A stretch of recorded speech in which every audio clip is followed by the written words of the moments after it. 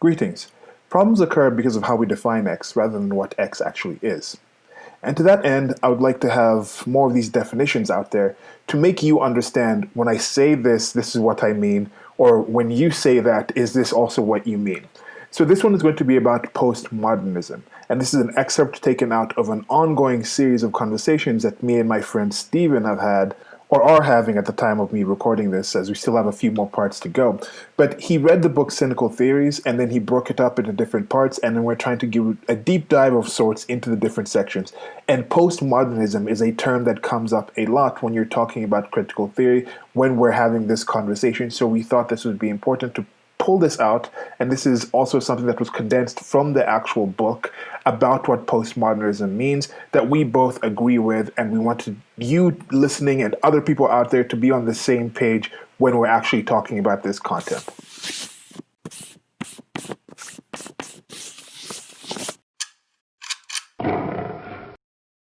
Okay, so opening up, I'm going to just read this thing.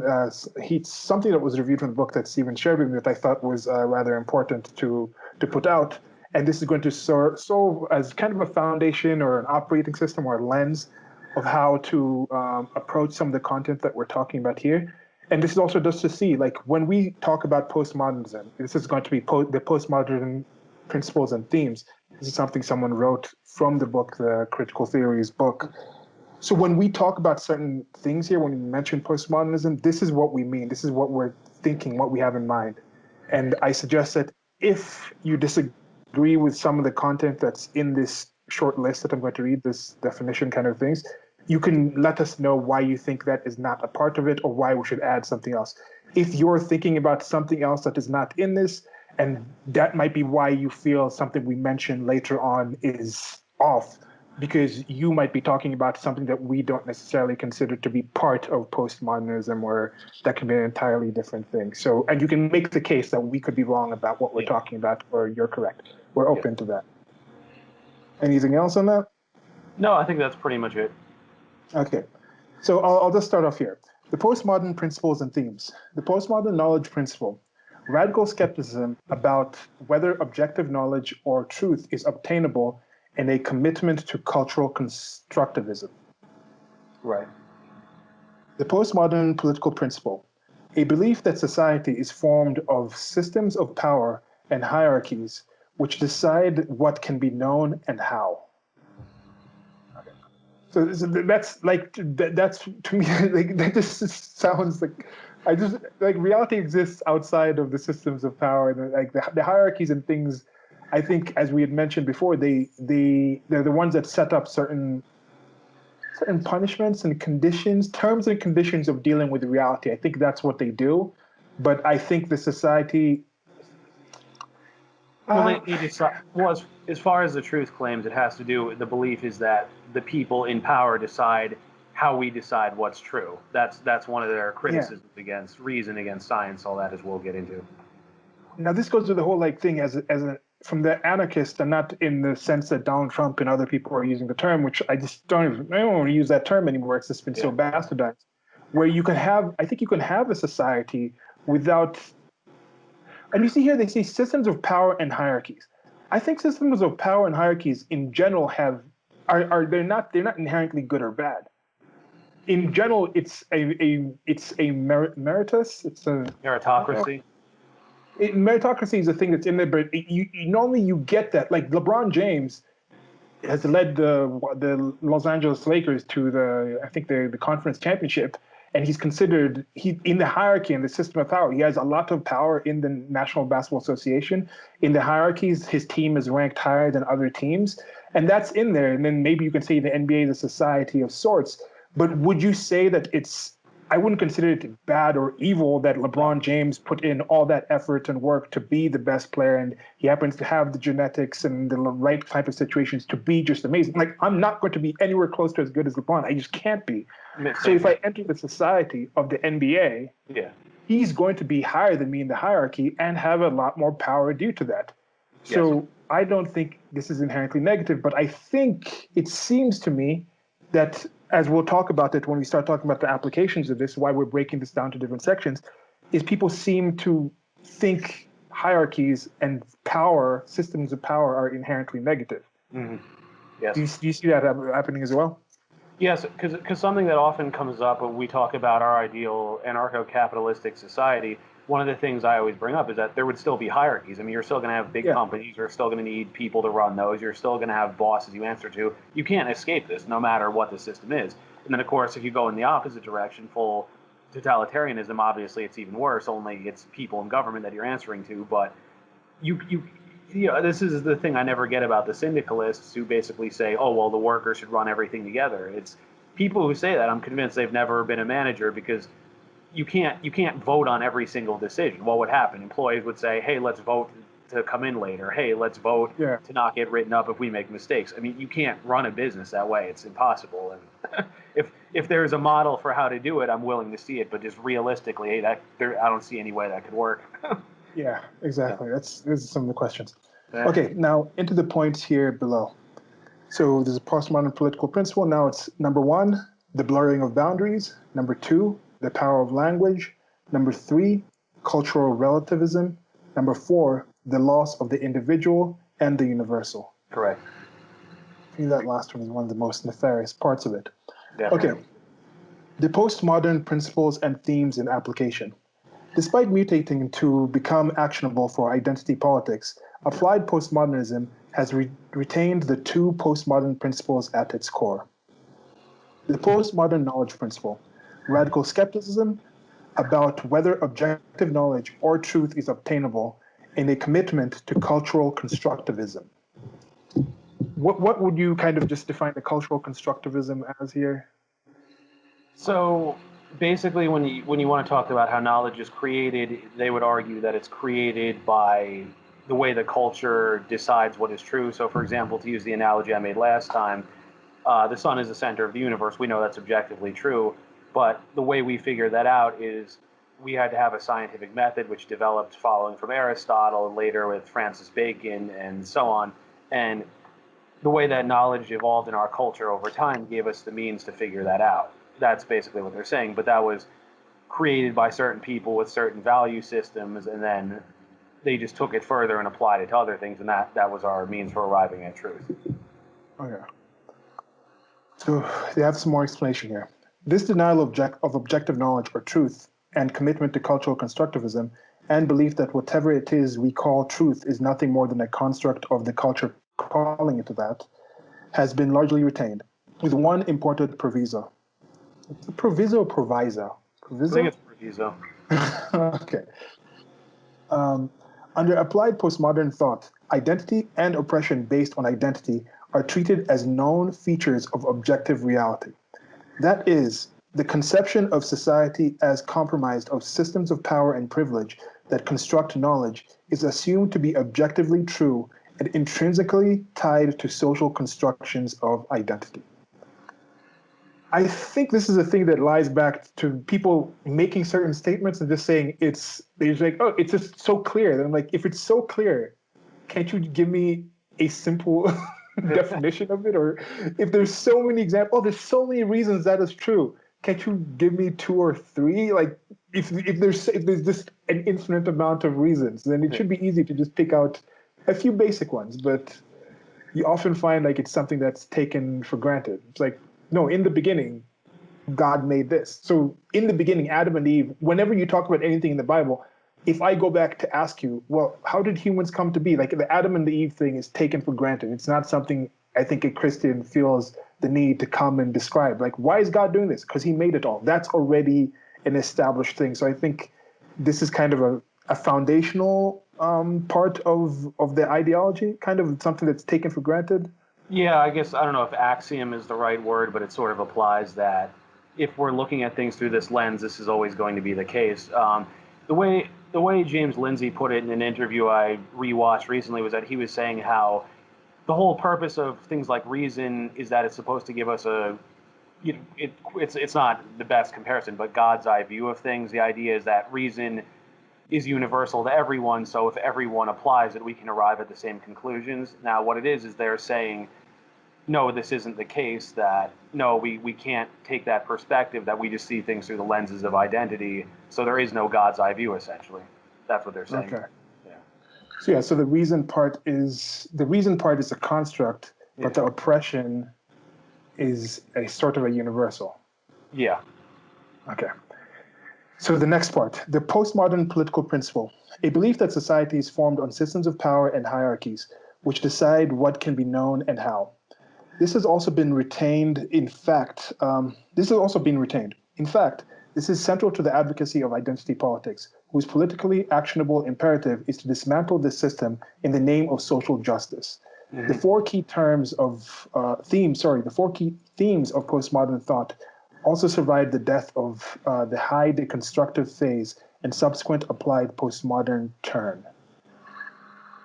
So with this one, with the whole things are supposed to be there. So social justice, and this is the thing.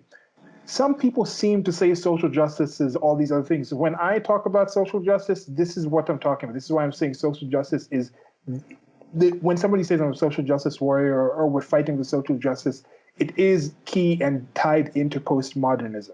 So if you want to say there's something you're doing that is not really tied into postmodernism or the things in here, then that's something else. That's advocacy. There's things that people have been advocating for things before the postmodern ideology came to be. And not every single advocacy for issues that are socially based is social justice. There's some things that are outside of this. Like I think social justice is talking about a specific thing, right? Well, because I would also add that just the whole concept of justice, that justice historically in the West and the classical liberal tradition would be about justice for the individual. If a crime is committed against you, okay, we arrest that criminal, they go to jail or something. But this is about focusing on how certain groups face certain oppression or inadequacies, and that it's supposed to bring the whole group up. That's the idea. Yeah, and one of the questions that might go over here in the next section of the blurring the boundaries, the blurring of boundaries, is how people talk about the justice. See, when someone's talking about justice, and I'm like, okay, the justice system. So if you say X group is oppressed, and I say if it's social justice, then we're dealing with the justice system. So where are the laws that are somehow oppressing these people? If it just comes down to just somebody's preference, what can I really do about somebody's preference? If there's a whole bunch of women who go out and they say, if every single white woman in the United States of America just said, I'm not going to marry any black men, and then I'm living in the United States of America and I just can't find a wife because all the non-white women are married or something. I can't say that it's a social justice issue that I need to make the government somehow incentivize white women to marry me. It's not something that I can do. That's not something that goes into the scale of justice. That's if they decide to do that personally in their own thought process, that is outside of, I think, the justice system, especially when you talk about social justice, when you talk about societies, that comes to individuals deciding to do things based off of their own thoughts. But as was mentioned above, they have there's an erosion of the individual in this, right? Okay. So the blurring of boundaries. This theme is most evident in post-colonial and queer theories, which we shall discuss today, which are both explicitly centered on ideas of fluidity, ambiguity, indefinability, and hybridity. I've never heard that word, hybridity. That's a good word. All of which blur or even demolish the boundaries between categories. Their common concern with what they call disrupting binaries follows from Derrida's, is it Derrida or Derrida? Derrida. From Derrida's work on hierarchical nature and meaninglessness of linguistic constructions. This theme is less evident in critical race theory, which can be quite black and white, double meaning intended. Good one. But in practice, the intersexual feminist element of critical race theory encompasses many identity categories simultaneously and tries to be inclusive of different ways of knowing. This results in a messy mixing of the evidence with the evidence with the experiential, in which a personal interpretation of lived experience, often informed or misinformed by theory, is elevated to the status of evidence, usually of theory. I think that is a key one where they say my lived experience. They say my lived experience is that this is racist. And somebody says, oh, well, I've never been racist. Well, to hell with your lived experience of never actually seeing a racist person. I'm telling you, my lived experience means there actually is racism in reality. Yeah. So that's one of the things to me where I was like, come on now. Like, are you serious? Okay. Anything to add on that first section? No, I mean, of course, as we get into each specific ideology, I'll be explaining how each one of these things applies, but I think most people who are somewhat familiar with these things have probably heard these talking points before. Yeah, especially the different ways of knowing. That always Yeah. makes me so cool when I hear that. That one, for sure, I heard that one a lot earlier before I even heard about the general concept of postmodernism. I think it came to in the past when people were still talking about, oh, men and women, who is more intelligent or whatnot. Then they're like, oh, there's different ways of knowing, like the EQ, the Emotional quotient. emotional quotient. What is the Q stand? Yeah, emotional quotient. Is that what it is? That's right. That has been going around. Did that come out of postmodernism, actually? I would have to look. I mean, I was looking this up where standpoint epistemology or standpoint theory comes from. That's the belief that there's no universal way of knowing, that everyone just sees things through the lens of identity. Some people have said that this started back as far as Hegel with his whole master and slave dialectic. Then, of course, Marx had, well, it wasn't Marx, but it was one of his contemporaries. His name was Dietzken, who came up with the idea of bourgeoisie versus proletariat logic, the idea you just see things through the lens of your class. Then, of course, it got expanded to these other things later. So when this specifically began is kind of hard to say, but the general idea has been around for some time. Okay, cool. Yeah, so this is more like a river of thought, and then it's like this section of the river is called this, or it's the kind of thing where you see that, where it's like the Amazon has tributaries, where it's like, where does the Amazon start and where do the tributaries really end? Like, it's kind of a thing where you just define something at that point where it actually is like, okay, this is something different all of a sudden. All these things have come together to form this.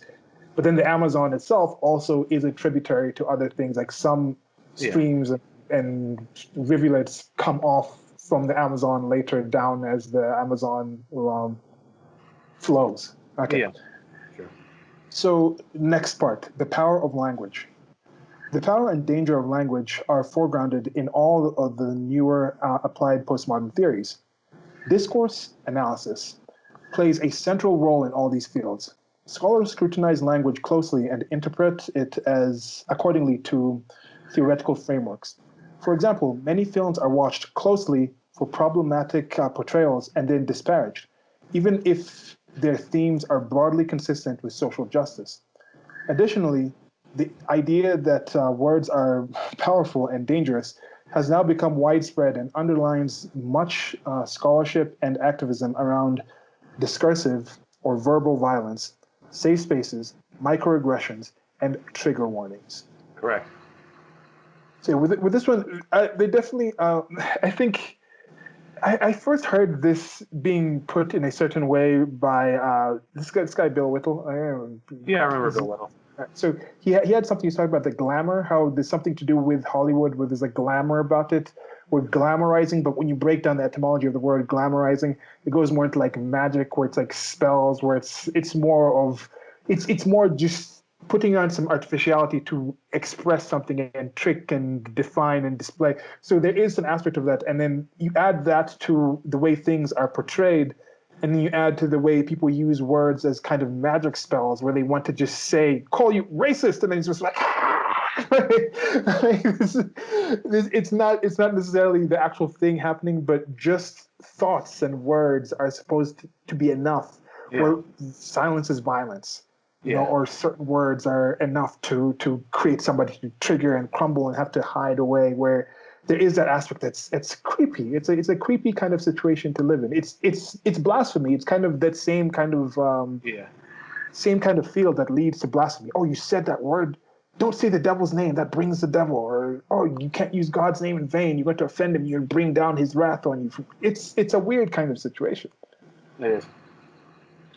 Okay, so the next one, this is talking about something films watch closely. There's currently right now as we're recording this, there's a situation where it seems like 95%, even more than 95%, of the people who have watched this particular film or seen anything about it are like, look, we know what this is about. Enough about this.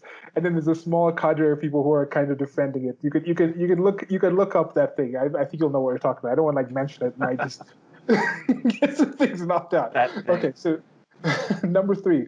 Cultural relativism. Cultural relativism is, of course, most pronounced in post-colonial theory, but the widespread use of intersectionality in social justice scholarship and activism and the understanding of the West as the pinnacle of an oppressive power structure have made cultural relativism a norm in all applied postmodern theories. This applies both in terms of how knowledge is produced, recognized, and transmitted, one cultural artifact, and in terms of moral and ethical principles, another cultural artifact. Okay, so with this one, I've had this kind of question as well. When people talk about different cultures, black culture, this culture, that culture, one thing that comes up a lot here in Kenya is, or comes up sometimes, is someone will say, oh, Kenya is worse because of the colonial effect and things like this. We need to go back to more African type of things or tribal or traditional things. And I'll hear this sometimes from somebody who is a Christian, and I'm like, well, are you going to also let go of Christians? Are you going to go back to worship the gods of old? Is that what you're going to go back to Atomism or something? Like, oh no, that part's okay. I'm like, well, also that part isn't necessarily Western. That was also something that was appropriated from Middle Eastern people with the Semites at that time, and that was changed, and it was brought in, and there was the Enlightenment, and they did this thing with the 66 different books. So where does it end? And if people say, oh, we need to stop using things, we need to see, oh, we'll show them. We need to have a day where people don't use anything invented by women. Or we need to have a day where you don't use anything invented by black people. Are you going to have a day where you just stop speaking English? Like, is that something that's going to happen? You know who ContraPoints is? Yes. Yeah. So she did one about a video about the West, and I watched it out of curiosity. And it was interesting because in some ways I actually sort of agreed with some of her points. Like, for example, when she said, what is the West? Is that they talk about Judeo-Christian, but then it becomes, okay, how much of this did we inherit from Greece and Rome? How much of it can be attributed to Christianity? And then how much later on other things? So, obviously I disagree with her on a lot of things, but I thought that was a good point because people say the West like it's this one thing. And again, no, it borrows from all these different traditions, and you could even argue those traditions are at odds with each other, Judea versus Rome and all of that.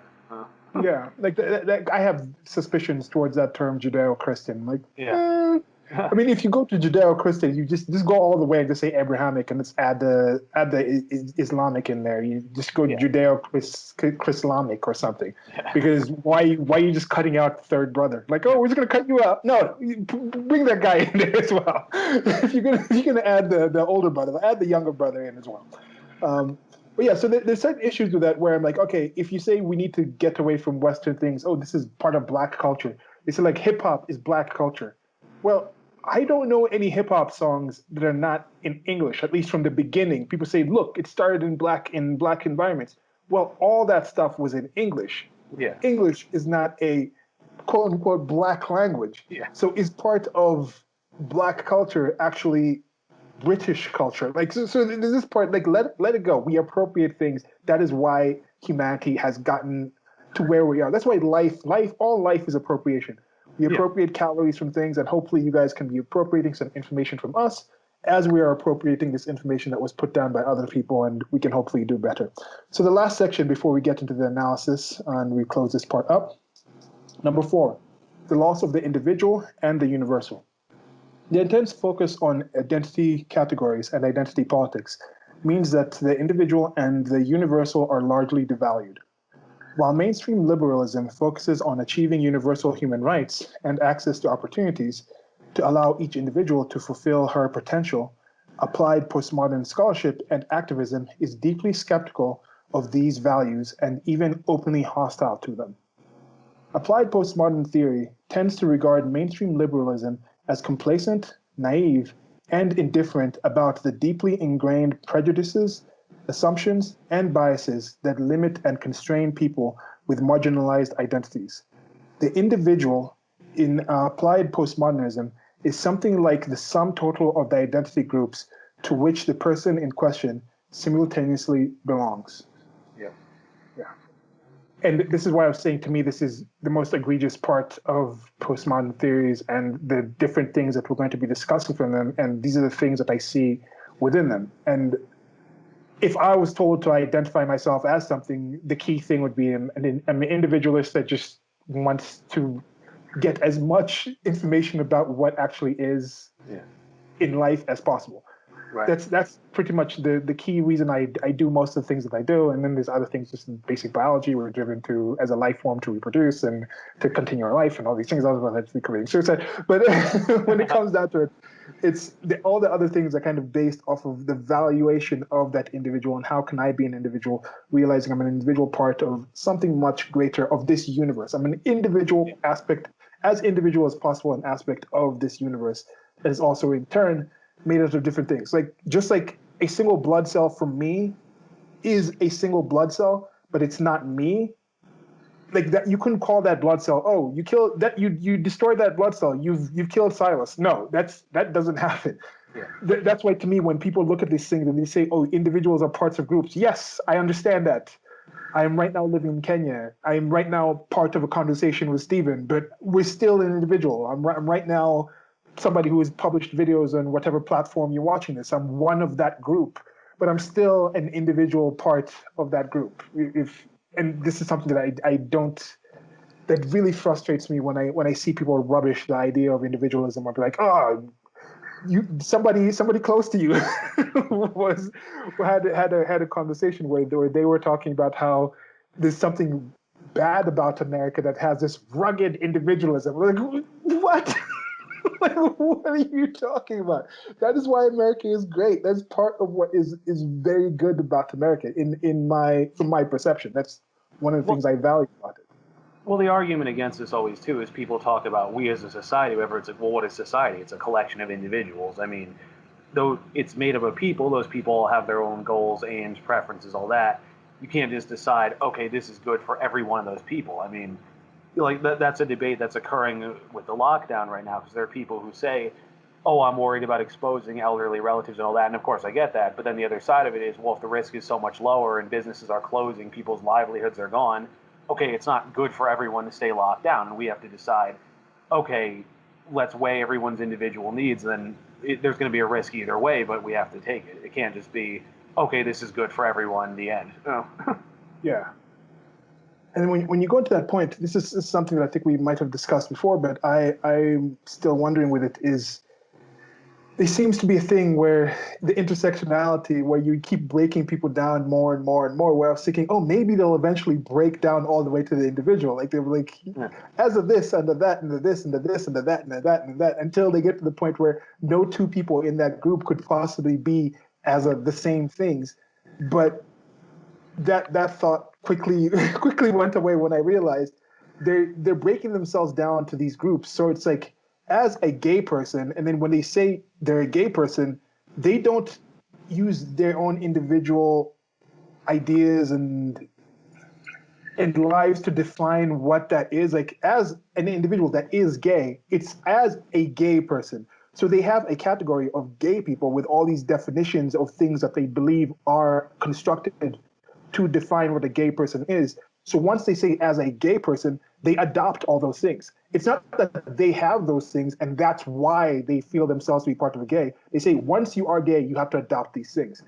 So it's more breaking yourself down to have as many categories of definitions that you can adopt, instead of saying we're going to define from the personal place. And I think that's why they say, oh, you're this? How can you not believe this? I'm like, because I'm an individual. Why are you assuming that because I'm black, I'm going to vote this way? Why are you assuming because you're gay, you have to like these kind of things? Like those are the things that are so frustrating. Sure.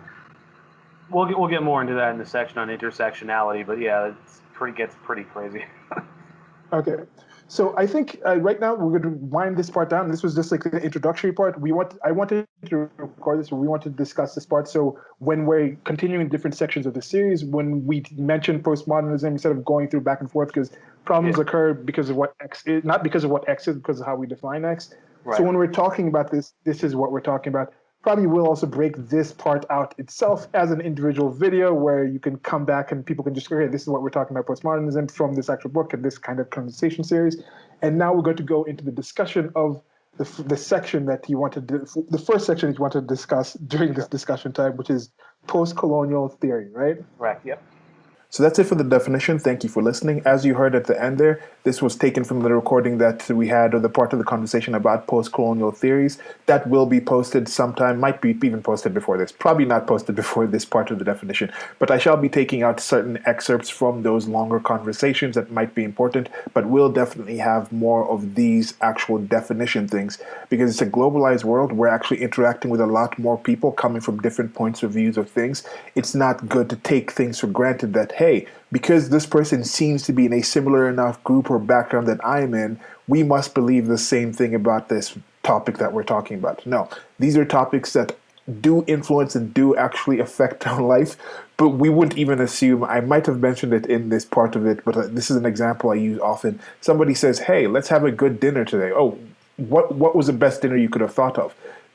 We all understand what dinner is. It's a meal, getting nutrition at a certain time of the day, but we have many different definitions of what a good dinner would be like.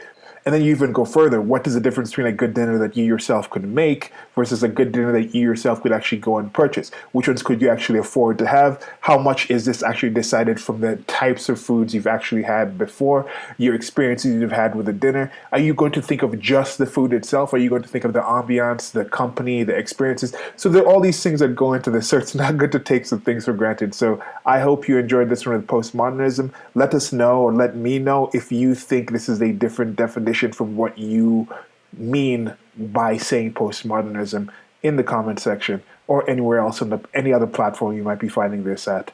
Thank you. Till next time. Goodbye.